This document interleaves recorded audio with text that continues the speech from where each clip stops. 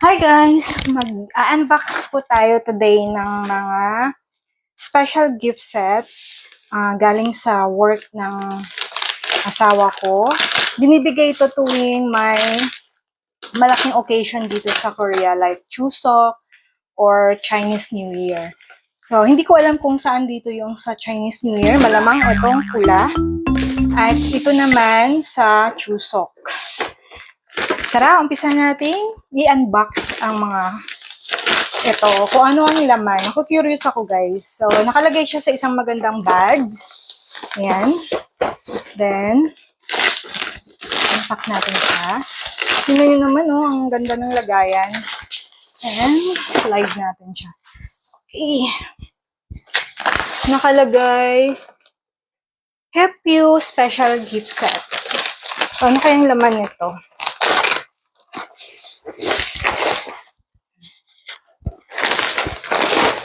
Wow! Ang bigat! Okay. Then, chan-chadadan! Okay, so ito na yung laman niya. May dalawang bottle ng canola oil. Okay, ito. And then, may 6 cans ng tuna. And then, may 2 luncheon meat. And then, mayroong tuna fish sauce, may salt, and ito naman is sesame oil. So, ito yung kabuuan ng gift set. So, maganda yung pagkasalansan sa kanya dun sa lagayan. Very presentable. So, ganito kaganda yung binibigay nila pag may special occasion dito sa Korea. Diba? Nakakatuwa. Pag ikaw bigyan ka ng ganito, tapos libre lang, wow, masaya na. Kasi, pwede mo na itong iulam eh. Pag may time na medyo tinatamad kang magluto, yung pang mabilisan lang. Pero yung asawa ko, itong tuna, nilalagay niya sa kimchi jjigae. So, masarap itong ihalo. Then, of course, canola oil. It's a healthy kind of oil. Saju tuna sauce. So, maganda siyang sauce para sa tuna.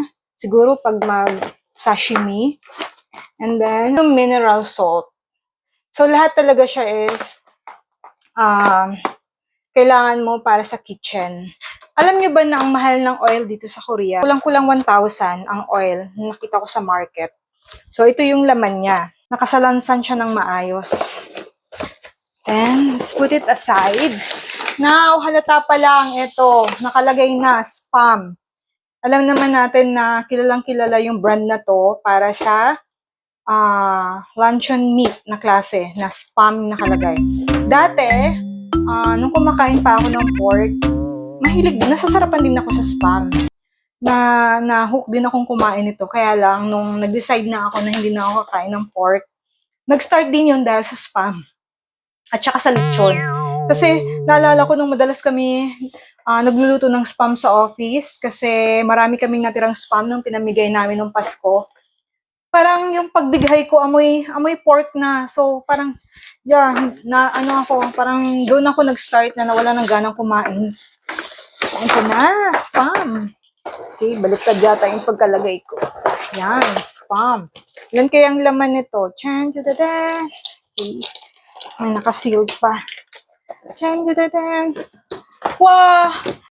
Oil pa din. So, hindi talaga nawawala yung oil. So, ito lang din. So, ano siya? Ilang hiwa lang to, pang isang kainan. Yun lang. Yun yung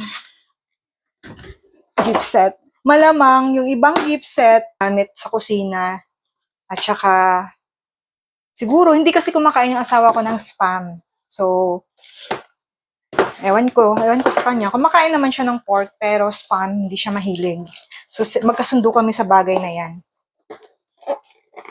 And that's all, guys. So, hopefully see you on my next vlog. Bye! Oops.